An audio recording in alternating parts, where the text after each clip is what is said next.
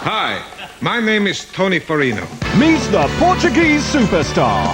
Sing, dance, chitty-chat. Yes, George. As he sings some of his unforgettable hits. Girls, think of me at Christmas. Just help yourself. The Tony Farino Phenomenon. New Year's Day at 9:20 on BBC Two.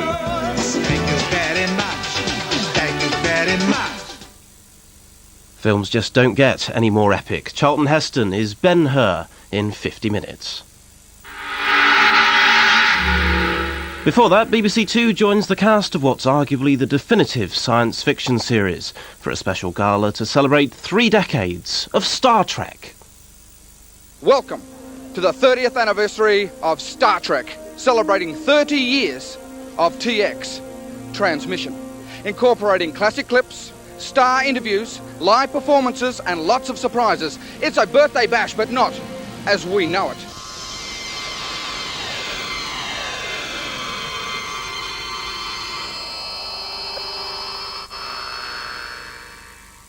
Okay, let's give it all. Let's give one big live long and prosper from everyone. Ready? Live long and prosper! Can't help ourselves. Welcome. What's this thing here? It's, I call it the bath plug. The what? The bath plug. Oh. UK jewellery. Very nice, yeah. 30 years of Star Trek history. You're part of it. I'm part of it. I wasn't even born when it started. I don't know how this happened. Why do you think that all this is happening still 30 years on from its creation? I think the key to that is that Star Trek has a very hopeful vision of the future, which was Gene Roddenberry's whole idea when he started it. And I think that means a great deal to a lot of people. We live in a world where knowing, or at least believing, that things are going to get better for mankind in the future is something that people hold very dear to themselves, and I think that it's something that has kept this whole franchise alive in people's hearts for such a long time. 30 years, and it seems to have gone in the Star Trek way at warp speed. I can't believe that 30 years have passed. When you're in that configuration of that bridge of the Enterprise or the Excelsior, it feels as if it were yesterday that we were shooting a pilot. And here we are celebrating our 30th anniversary. Obviously, there is something pretty profound and pretty interesting about Star Trek. That it has not only survived for 30 years, but thrived for 30 years. And my feeling on it, my theory about it, is that it's about hope.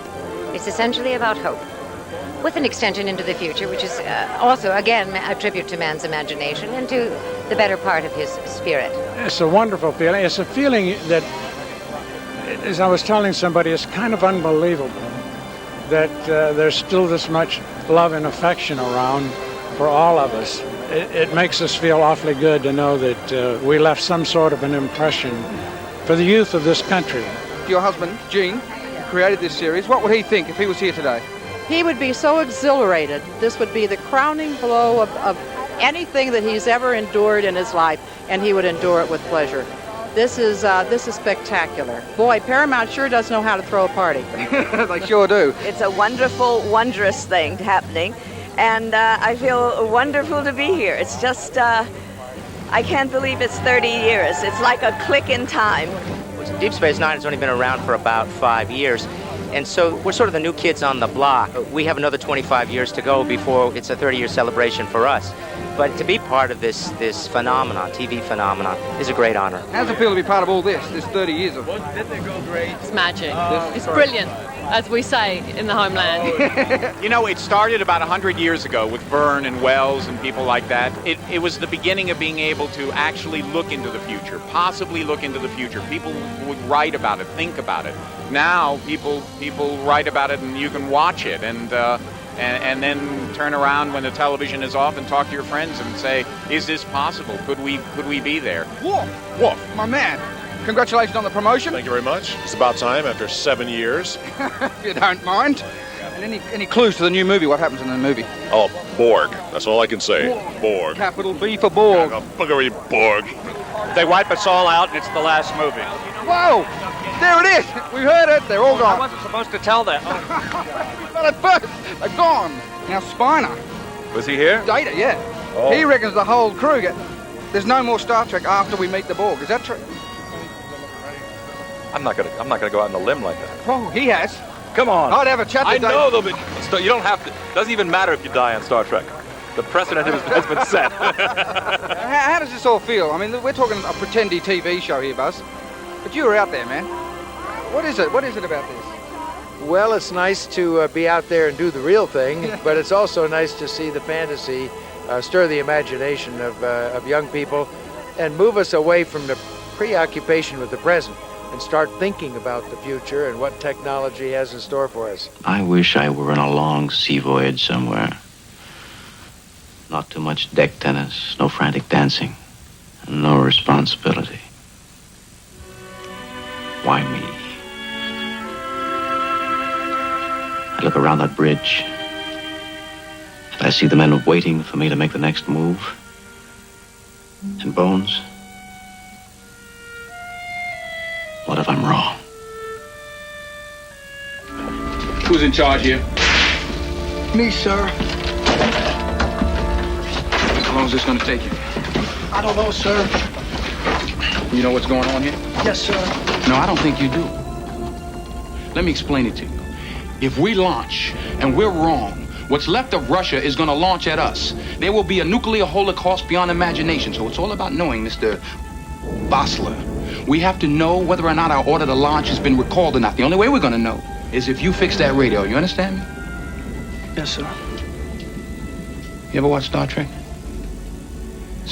Star Trek, you know, Star Trek and USS Enterprise. All right, you remember when the Klingons were going to blow up the Enterprise and Captain Kirk calls down to Scotty. He says, Scotty, I got to have more power. He needs more warp speed. Warp speed, exactly. Yeah. Well, I'm Captain Kirk. You're Scotty. I need more power. I'm telling you, if you do not get this radio up, 1 billion people are going to die. Now, it's all up to you. I know that's a shaky deal, but you got it. Can you handle it?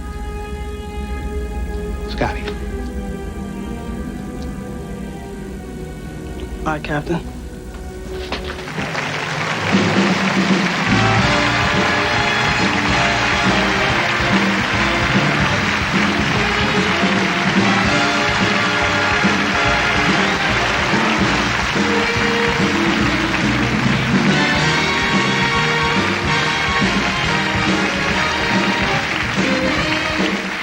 Good evening, ladies and gentlemen.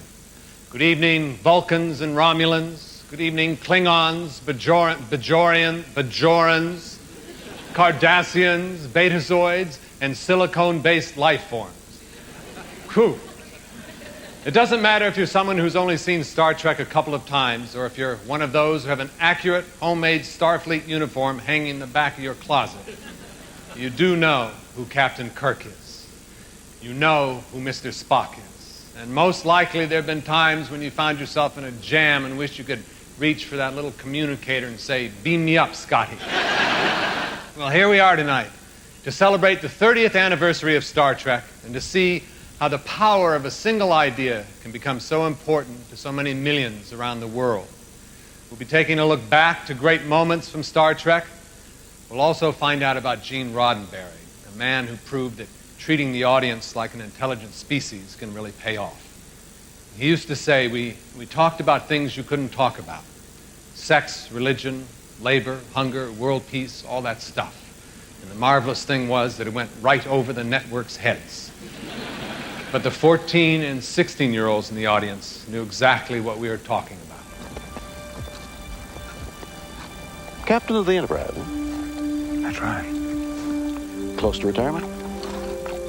I'm not planning on it. Let me tell you something. Don't let them promote you.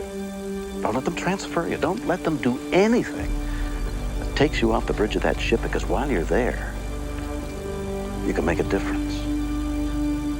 Come back with me. Help us stop Solon. Make a difference again.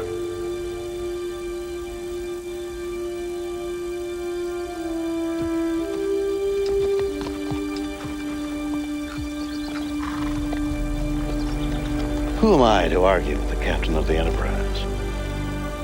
What's the name of that planet? Viridian 3? Yes. I take it the odds are against us and the situation is grim. You could say that. Sounds like fun.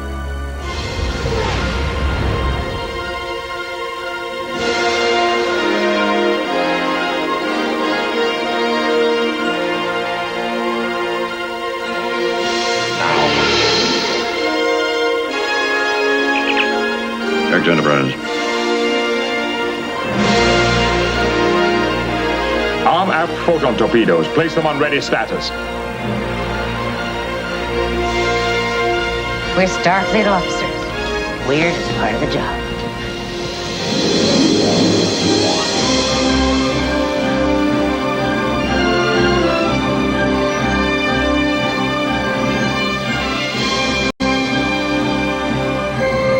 Don't tell me. You're from outer space. No, I'm from Iowa. I only work in outer space. Everybody remember where we parked.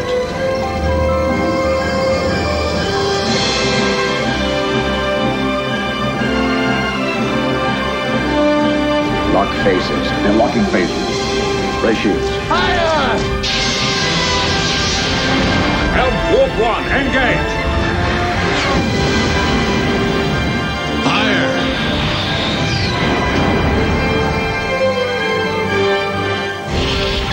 Once again, we've saved civilization as we know it. And the good news is they're not going to prosecute.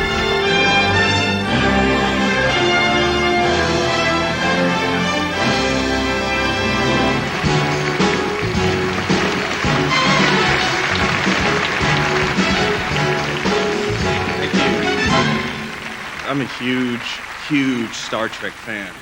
I mean, I can't believe I'm even sitting here in the same room with Mr. Sulu. Forgive me, Captain Sulu. This is just Bones, Kirk, Scotty. I know you have real names that escape me at this moment. I can't believe that. I mean, you guys were my extended family. You taught me the facts of life. You know, I can't tell you how many times I go through a time portal, meet a girl, fall in love with her, come back, she's been dead 100 years. You guys taught me how to deal with that. You know? I mean, God, I learned how to fight watching Captain Kirk. Oh! That move, I love it. And now, as an adult, I realized that, you know, Star Trek wasn't conjectured in fantasy, but was based and grounded in a reality of simple truths. And it saddens me that to this day, you know, we can't all follow its edicts of peace and care for our fellow man. And I know, by the way, I'm not supposed to get political here, okay? But, you know, the reason this country still has not switched to dilithium crystals as a form of purer, cleaner, and yes, cheaper energy is beyond me. And Scotty can back me up on this. The big three oil companies know what's going down, and they refuse to acknowledge it. That's all I'm going to say about that. They beamed in from nowhere, but we knew them right away. The daring-do captain, his loyal sidekick.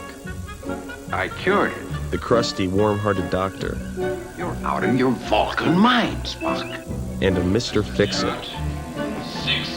Fire now, Mr. Kyle. What we didn't know, and couldn't resist, was where they were going to take us each week.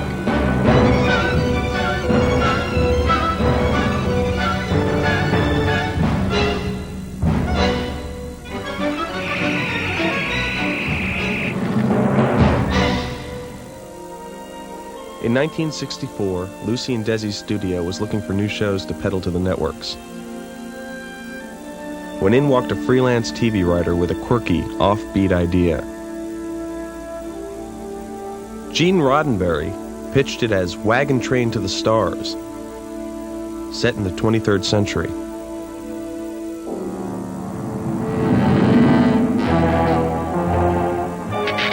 The pilot featured a Captain Christopher Pike, and an overly angular alien.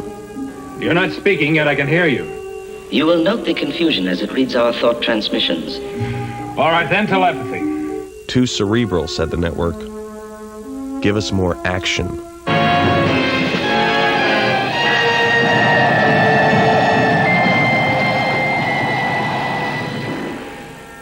This time, Captain James Tiberius Kirk commanded the first ever multi-planetary, multiracial crew to hit the galaxy. And for the first time, the future looked really groovy. In September 1966, the voyage began, with hope for the future. I think that one day they're going to take all the money that they spend now on war and death And make them spend it on life. Yes. It was a cartoon epic, with all the thrill of an old-time Saturday morning serial. Spock! What are you? I am the guardian of forever. Never mind the unusual costumes or the special effects on a shoestring budget. it was all the more endearing for trying. You now have 7 minutes left. We went willingly wherever they wanted to take us. And where they took us was to the really big stuff.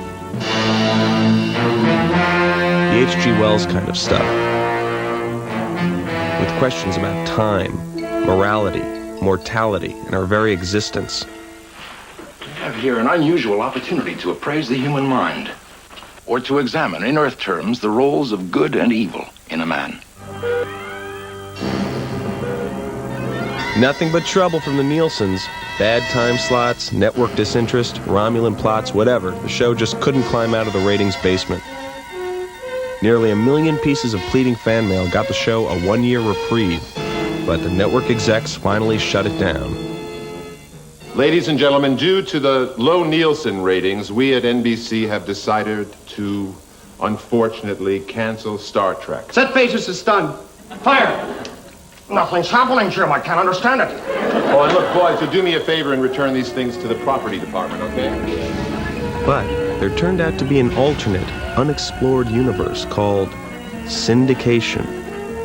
In it, the original 79 episodes lived long and prospered.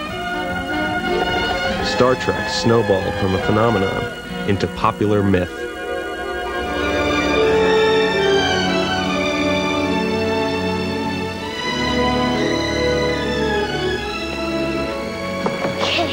He's a man from outer space, and we're taking him to his spaceship. Well, can't he just beam up? This is reality, Greg. Captain, Klingons off the starboard bow. Again with the Klingons. Mr. Scott, give me full power. It's no good, Captain. I cannot reach the control panel.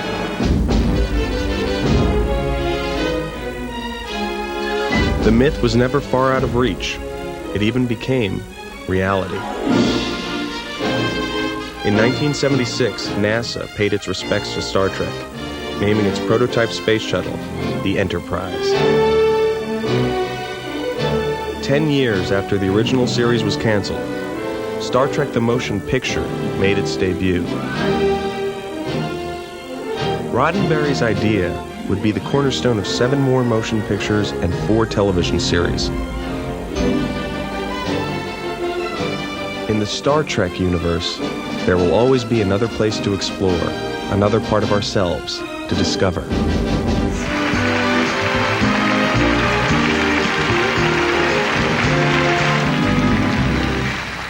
I never fired a phaser. I never got to do this. Well, I can't do that anyway. And the closest I've ever been to the bridge is this set. Now, the episode I made, The City on the Edge of Forever, turned out to be one of the most popular Star Trek episodes ever. And it's still shown somewhere in the world every single week. In this episode, Captain Kirk and Mr. Spock return to 1930s New York. And whilst in the Big Apple, the captain falls in love with Edith Keeler. She believes that Hitler is a good guy, and she's involved in a pacifist movement that would delay World War II. So far, so good. Until Spock does a little research on his computer time machine and finds out that poor Edith is about to get hit by that truck. Love-struck, Captain Kirk cannot intervene, for to do so would change the course of history. So he just watches helplessly as Edith dies. A heavy subject yet, but not without its share of romance, because the on-screen passion between Kirk and Edith positively sizzled. I even heard that some of the crew were taking bets that I would succumb to the intergalactic charms of Captain Kirk. Sorry, but I didn't. I've been a big fan ever since that introduction almost 30 years ago. And like the rest of you, I like a good story. But most of all, I love the wondrous gifts that Star Trek offers as it takes us to worlds that we could never imagine on our own. If you can't take a little bloody nose, maybe you ought to go back home and crawl under your bed. It's not safe out here. It's wondrous, with treasures to satiate desires both subtle and gross. But it's not for the timid.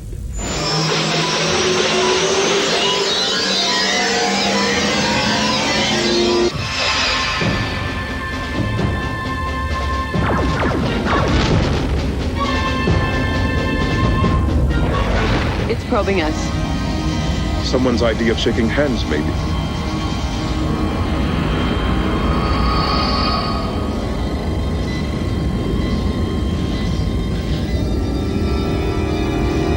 I am Commander Benjamin Sisko of the United Federation of Planets.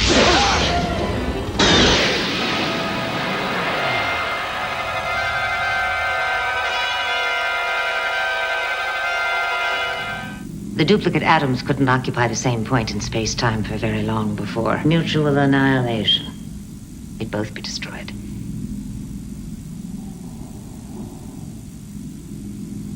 Captain, I think you should return to your ship and run a metallurgical analysis. Find out the precise phase modulation of your hull. I'll do the same here. Maybe we can find a way to realign the phase displacement.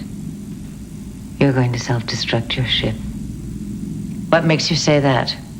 Because that's what I would do if your Voyager were intact, and my Voyager were crippled. In this galaxy, there's a mathematical probability of 3 million Earth-type planets. And in all of the universe, 3 million galaxies like this. And in all of that, and perhaps more, only one of each of us. Are you familiar with physical forms of pleasure? If you are referring to sexuality, I am fully functional, programmed in multiple techniques. How long has it been since you've used them? 8 years, 7 months, 16 days, 4 minutes, 22. Far too long.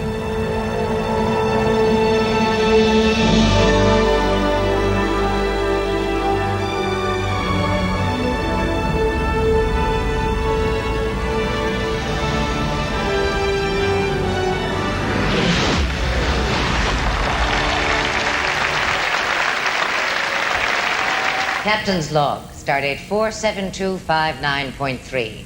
Captain Catherine Janeway, commanding the USS Voyager. She is an untested ship with an untested crew, but I believe over time we will grow to work as an efficient and cooperative team. Are we gonna fly this thing, or are you just gonna yak?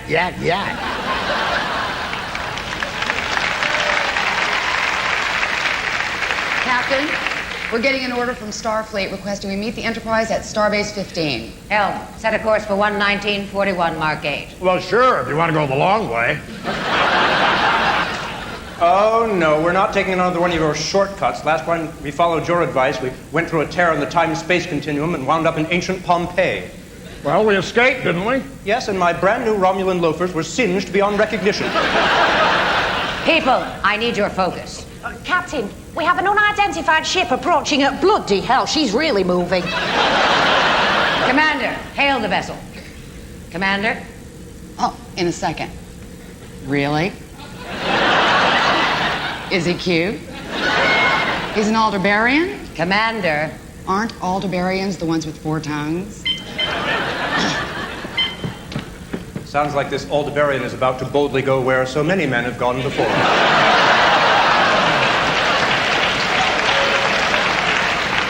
I heard that. Hey, what do you know? They're hailing us, but it's not coming through. There's transmission problems. Well, that's the trouble with these modern starships. In my day, you had a simple communication system. Didn't have all these fancy flashing lights and dials, but it worked. I know. It just launched a tin can at the other ship and then pulled back until the string was taut. But it worked. Ooh. I believe I have an explanation for our communications problem, Captain. While we were in port, I had them install a banality filter. It keeps us from being bothered by any messages that are overly insipid or jejune. Disengage the filter. Oh, I can't. I can't even get my phaser to stop flashing 12 o'clock. Excuse me, Captain. Members of my species are a bit telepathic. Perhaps I can use my powers to communicate with the alien vessel. Lieutenant, you're not from another planet. You're from England, aren't you? Shh, quiet. I'm getting something. It's coming through strong now. They want to attack. No. It's not an attack. It's more of a desire to embrace. No, hold on. Captain, I believe they want to breed with us. Wait a minute. This isn't coming from out there. It's coming from in... Well, that was fun, wasn't it?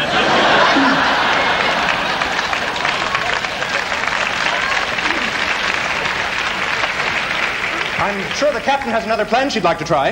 Oh, why don't you fire a photon torpedo at them? What if they're a friendly ship? Well, then it'll be easier. They won't shoot back. Oh. Captain, I'm reading an energy source from the alien vessel. It's a transporter beam. We're being boarded. Red alert. Oh, loud noise. Headache.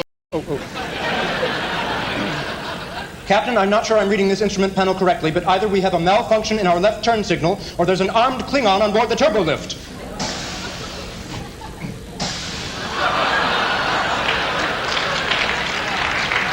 Shall we assume it's the latter?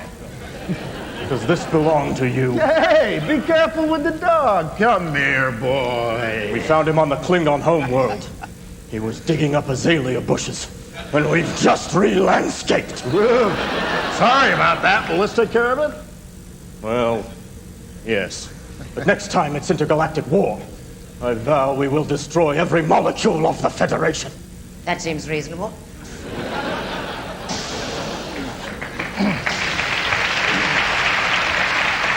Now do you see why we shouldn't have pets on starships? Well, you let her have a pet. She had that big hairy thing with the horns and the 3 eyes. It wasn't a pet. It was a date. Anyway, he wouldn't have gotten out if somebody hadn't left the shuttle door bay open. Oh, no, you don't. You're not pinning this on me. You can't expect me to pilot a starship and mind him. Computer, engage self-destruct sequence. What? Self-destruct sequence. Well, if that isn't acting out, I don't know what is. I don't believe This is all your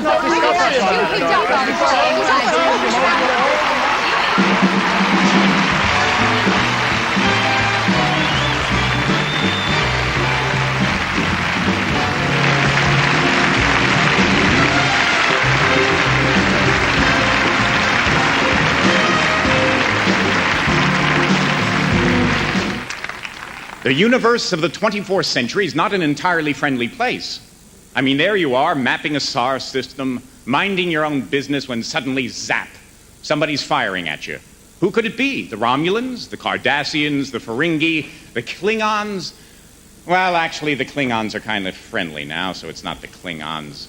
But if you're really unlucky, your starship might be under attack from the Q, a very particular sort of Star Trek villain distinguished by omnipotent powers, roguish good looks, and an ego as big as the all-outdoors. Villains are like the grit in the polishing machine that turns pebbles into gems. We are the irritant that make the oyster make the pearl. When evil threatens, good unites. And when good unites, mankind prospers. So don't just think of us as villains, but rather think of us as the ones who force mankind to answer the really tough questions. Watch. You're guilty. Guilty of what? Of being inferior. 7 years ago, I said we'd be watching you, and we have been. Hoping that your ape-like race would demonstrate some growth, give some indication that your minds had room for expansion. But what have we seen instead? You worrying about Commander Riker's career, listening to Counselor Troy's pedantic psychobabble, indulging Data in his witless exploration of humanity. We've journeyed to countless new worlds. We've contacted new species. We have expanded our understanding of the universe. In your own paltry, limited way, you have no idea how far you still have to go. But instead of using the last 7 years to change and to grow, you have squandered them. We are what we are, and we're doing the best we can. It is not for you to set the standards by which we should be judged. Oh, but it is, and we have. Time may be eternal, Captain, but our patience is not.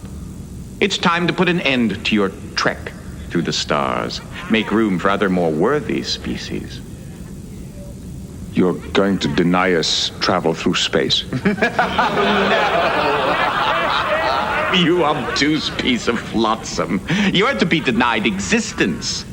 Humanity's fate has been sealed. You will be destroyed.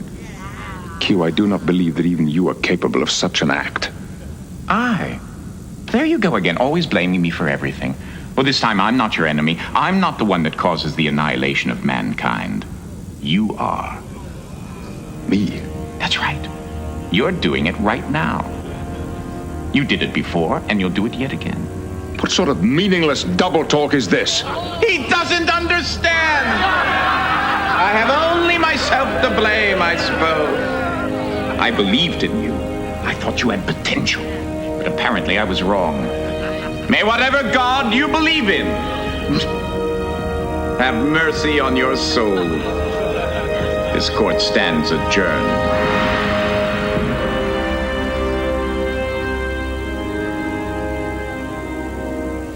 You Federation types are all alike. You talk about tolerance and understanding, but you only practice it towards people who remind you of yourselves. Because you disapprove of Ferengi values, you scorn us, distrust us, insult us every chance you get. Quark, I don't have to stand there and defend myself. Tell me, Commander, would you allow your son to marry a Ferengi female? I never thought about it. Exactly my point. I don't want to do anything to hurt you. I did that before. I climbed into a shuttlecraft, and I made you a widow. I knew you were a pilot when I married you.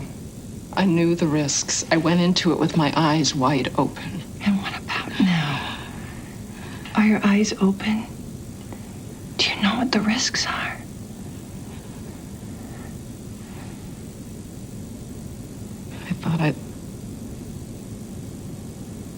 I thought I'd gotten over you. It's been so long and so much has happened. And now I know I haven't.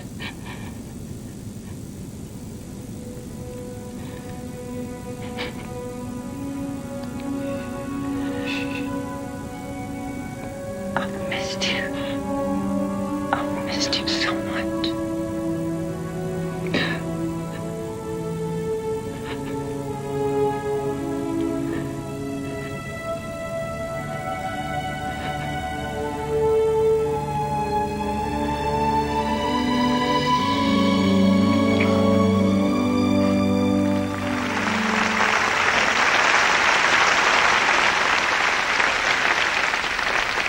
I'm Leonard Nimoy. I'm in Paris today on my way back to Morocco, where I'm portraying the prophet Samuel in the biblical story of David. And that by way of answer to one of the most often asked questions, how did Star Trek affect your acting career? The answer is very positive. I've had the great fortune of having steady work offered to me ever since Star Trek went on the air.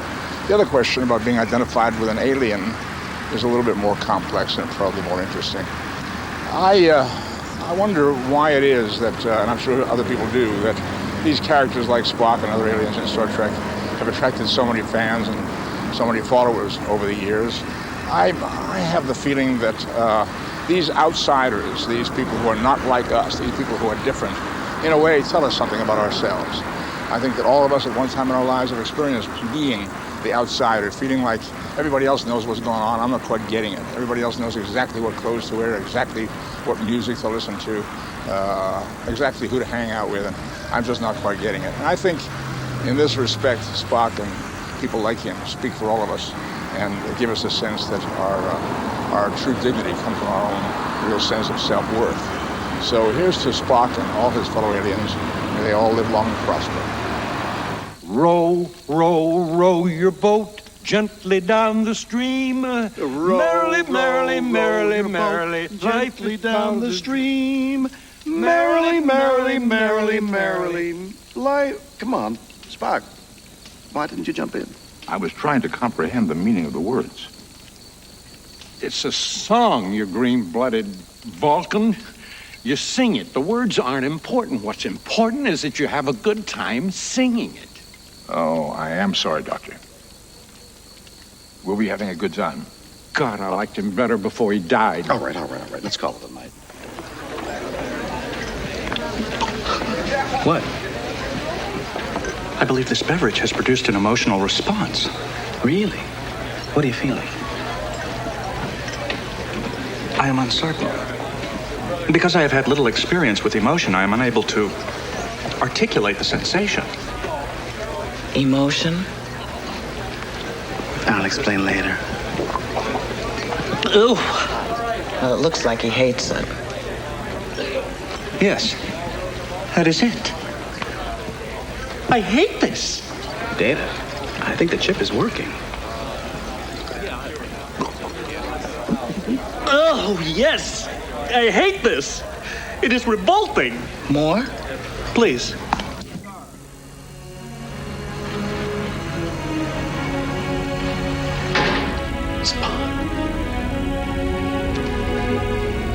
Welcome aboard, Captain.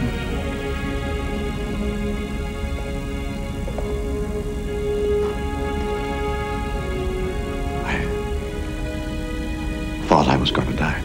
Not possible. You were never alone.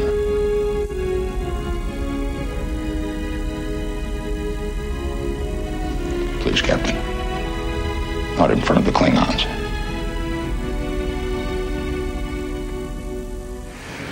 Tonight, you've traveled through the galaxies that grew out of the fertile imagination of Gene Roddenberry and the other creators of Star Trek. But also, during these 3 decades, we have seen an era of scientific advancement that's been unmatched in human history.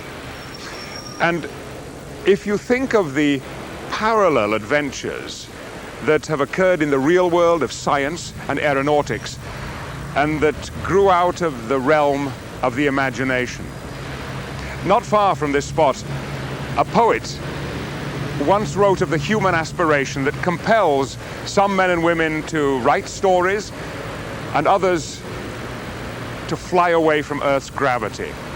More than 100 years ago, Robert Browning wrote, "If our reach does not exceed our grasp, then what is heaven for?" Someone once told me that time was a predator that stalked us all our lives. And I rather believe that time is a companion who goes with us on the journey, reminds us to cherish every moment,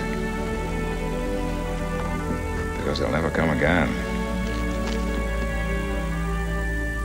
What we leave behind is not as important as how we've lived.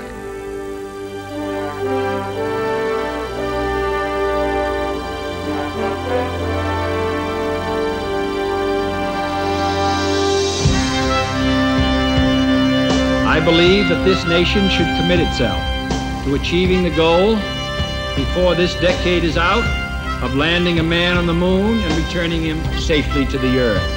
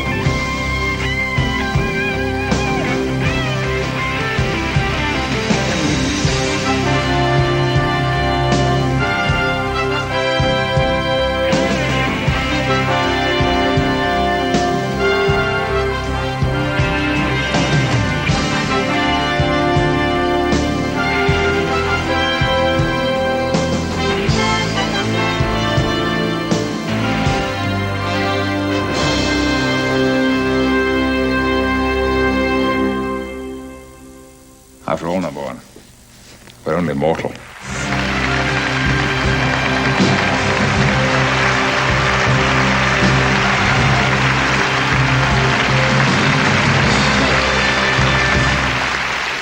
As one who serves as captain of Deep Space Nine on the sound stages of Paramount and has the opportunity to tell the stories of space for the world to see, I have considerable admiration for the men and women who take the great risks and actually venture into space. Thus, it is an honor to introduce the man who made a mark in space that sets him apart. He was the pilot of the Apollo 11 lunar module. Who can never forget July 20th, 1969, and the drama of that moment in history when two men set foot on the moon for the first time. Ladies and gentlemen, one of those men is with us tonight, Dr. Buzz Aldrin.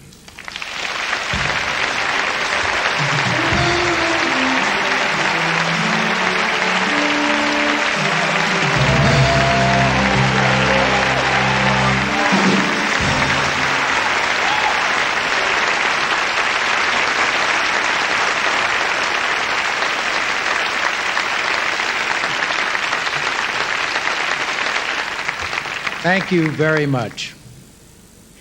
I often think how much attention in America today is focused on the short term, the right now, immediate self-gratification. I believe Star Trek's most important contribution has been to light up the imagination of Americans and the entire world, projecting it outward to the future, projecting in such a hopeful and helpful way that it advances our understanding of technology and helps us understand ourselves. I happily serve as elected chairman of the National Space Society, and we strongly urge the expansion of human presence outward. We support an increased program of space exploration beyond the horizons of today. So here's a salute to Star Trek's 24th century and to the outward journey of the human race in the 21st century.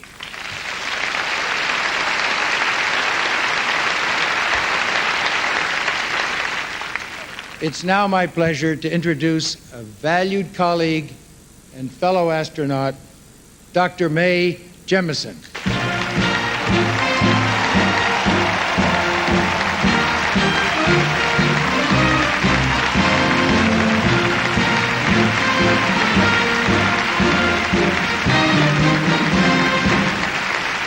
Thank you, Buzz. Ladies and gentlemen, the importance of Star Trek to me is the society that it created, the characters to speak to us, and the plots that help us to examine our own world in a new light.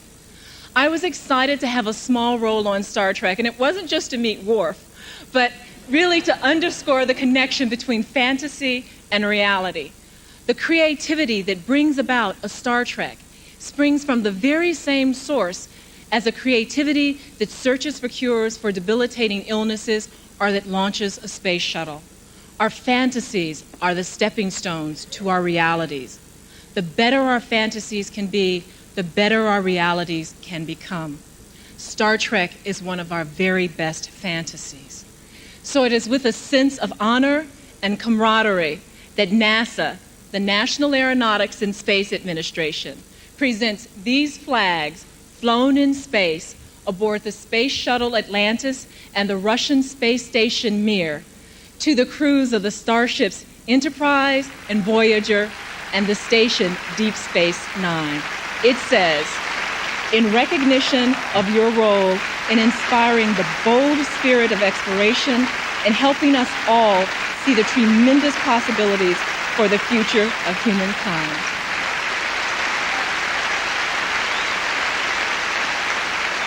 The captain from the original Star Trek, William Shatner.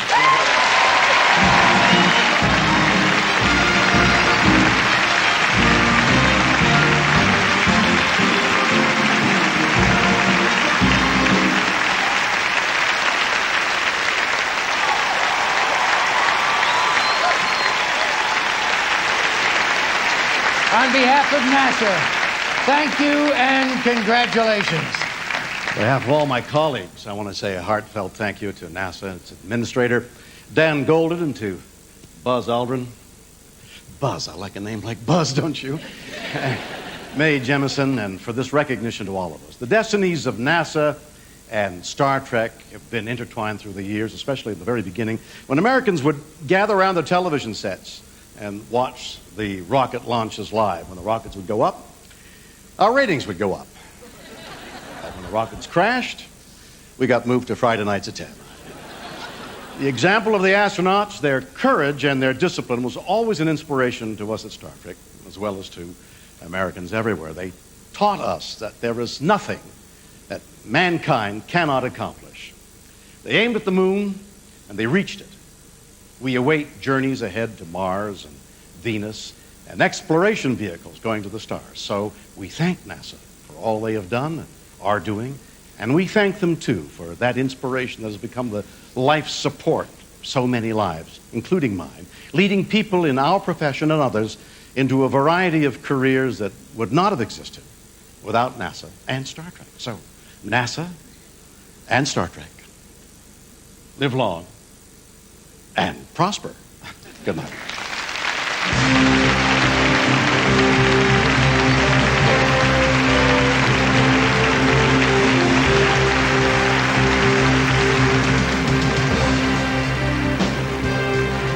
Mark Little, presenter's log, supplementary.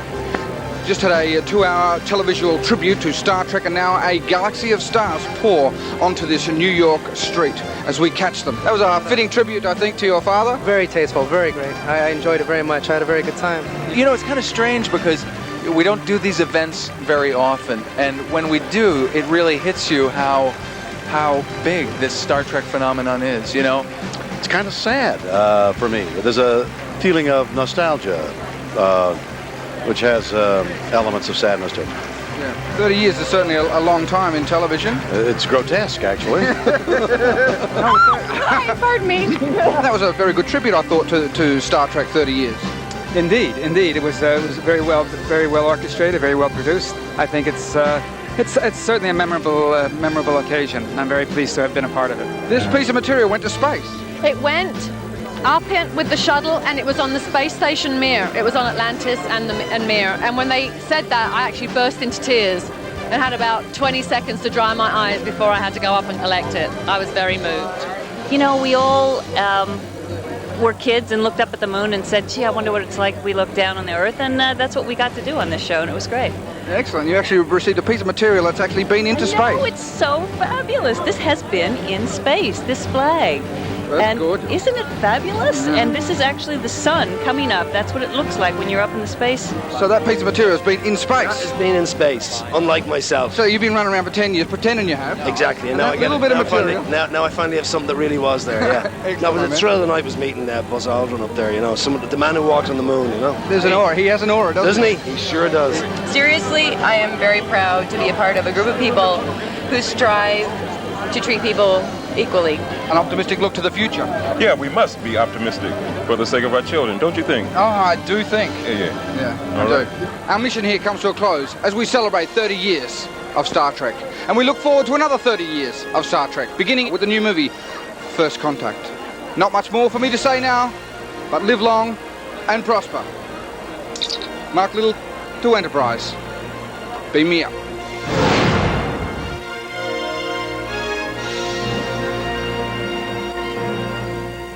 The crew received distressing news in Star Trek Voyager tomorrow evening at 6:15 here on BBC Two.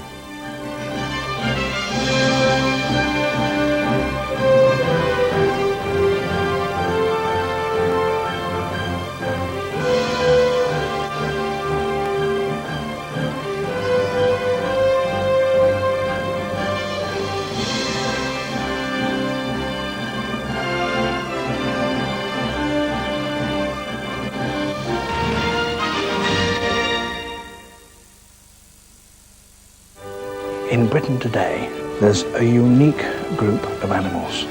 Animals that display patience, resilience, intelligence, and, against heavy odds, a sense of fun. as they travel the world from Southeast Asia to the Arctic. On Saturday, join me and 4 of these fascinating creatures whose work takes us round the world in Natural History Night, tonight on BBC Two. Taking on his Roman masters now on BBC Two, Charlton Heston climbs aboard his chariot in the epic Ben-Hur.